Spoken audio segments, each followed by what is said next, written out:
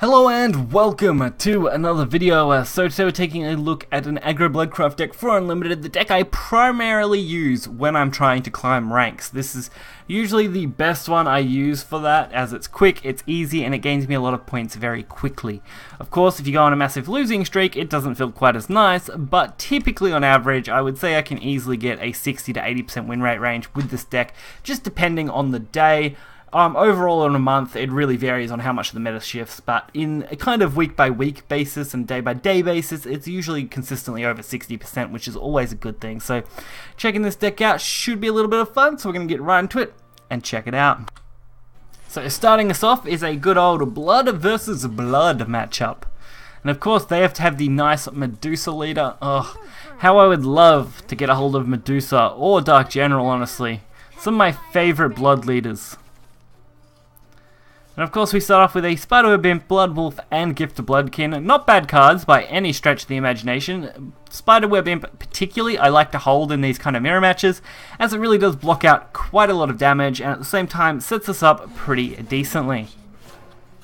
So going straight into turn 2 is probably going to be straight onto that Spiderweb Imp, because why not? These games are usually very quick.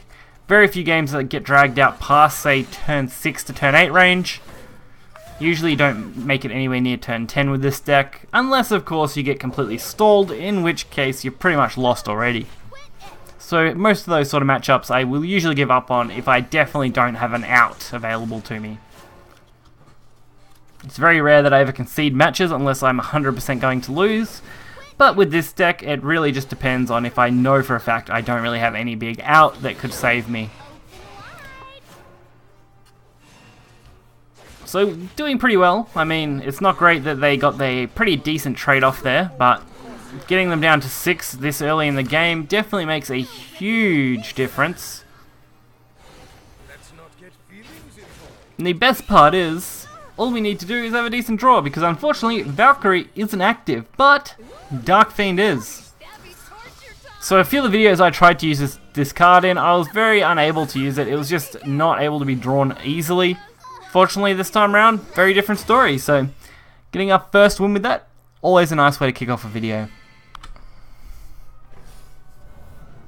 Next up, of course, we're up against Rune, another deck that has so many variations in Unlimited, it is almost unpredictable until you see the first 1 to 2 cards played, and even then the variations on what could be in that deck can vary quite quickly.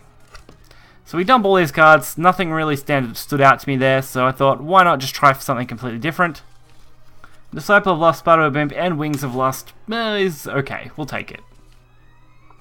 I'm really hoping with this next expansion we're going to get a lot more cards that I suppose I can use in Blood. I'm not a big fan of the Legendary so far, but hopefully something new will come out that will really shake things up. Or just bring back Vengeance. I miss good old Vengeance. Wizard of Mysteria. Not really an issue, it doesn't really tell us too much yet. It could be a Daria variant, it could be a Mysteria variant. Craig just doesn't give enough away. And seeing as Summon a Veil does lead me to think that it is a Mysteria variant, as that would probably be the most common. And now we're actually going to get a chance to summon another Florist from our deck and get a pretty substantial amount of damage out of this. So while we had a pretty decent setup and a good amount of damage, we're looking very positive for this match so far. This will be a reasonably short video, as this deck is just that fast and I'm only covering a couple of games. We have covered, I think, this deck and another deck very similar to this in the past, so there's not much point going super in depth. It's a straight up aggro deck, be as aggressive as you can, and typically you'll win.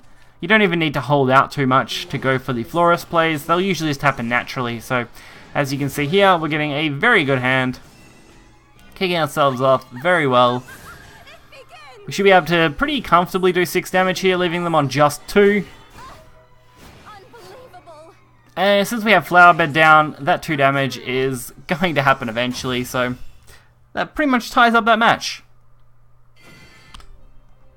So while this video is going to be a pretty short one, as in the grand scheme of videos, usually they're, you know, a little bit longer than this, we are going to have quite a long video tomorrow while I cover Summit Temple. That's usually a pretty drawn out kind of matchup, so that's going to be our next video, so that should hopefully make up for this one a little bit for you guys. But if you do want to see a lot more kind of aggro blood decks, especially when the expansion comes around, definitely tell me. Unfortunately, I can't cover stuff like Jorm and stuff because I just don't have those cards.